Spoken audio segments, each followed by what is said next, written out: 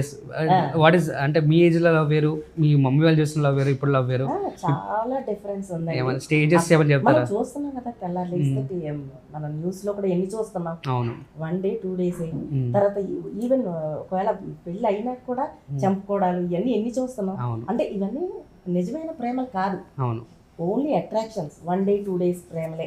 అవును. నిజం. మా అప్పుడు అలా ఉండేవి కాదు. Genuine loves.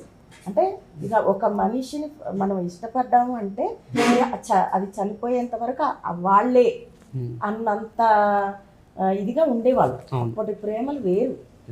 అవసరమైతే ఆ ప్రేమ కోసం పెళ్లి కోసం ఎంతైనా ఎదిరిచ్చే వాళ్ళం. అలా మళ్ళీ పెళ్లి చేసుకున్నా కూడా అంతే స్టాండర్డ్ గా ఉంటాం. అవును. ఏది కష్ట సుఖాలు వచ్చినా కూడా మీరు బేర్ చేస్తారు. ఇప్పుడు విడాకులు తీసుకొని జంప్ అవుతున్న వాళ్ళే ఎక్కువ మంది ఉన్నారు. ఇప్పటికీ అప్పుడు ప్రేమించి పెళ్లి చేసుకున్న వాళ్ళని మీరు అబ్జర్వ్ చేయండి. ఒకవేళ హస్బెండ్ తాగుబోతైనా భరిస్తూ అలాగే ఉండేవాళ్ళు ఉన్నారు.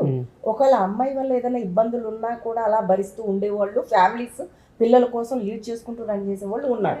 కానీ ఇప్పుడు లేరు అలా.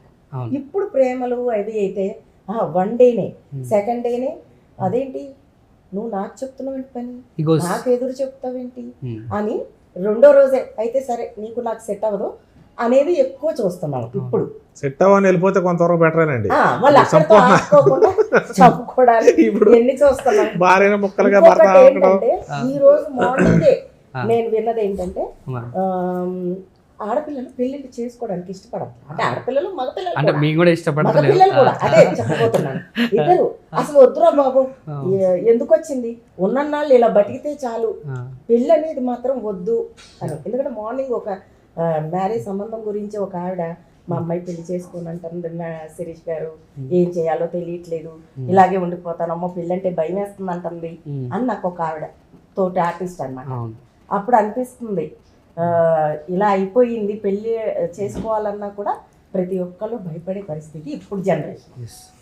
ఐ హోప్ అండ్ ఈ సినిమాతో అయినా, అంటే ఈ సినిమా కూడా మంచి వింటేజ్ సినిమా కాబట్టి సో ప్రేమ అంటే ఇలా ఉంటుందని చెప్పేసి మీరు సినిమాని ప్రొజెక్ట్ చేస్తారు. ఈ మూవీలో అయితే నేను చెప్పేది ఏంటంటే ఒకటే మాట, అటు ప్రేమ అంటే ఒక ఎమోషన్స్, మరి కామెడీ,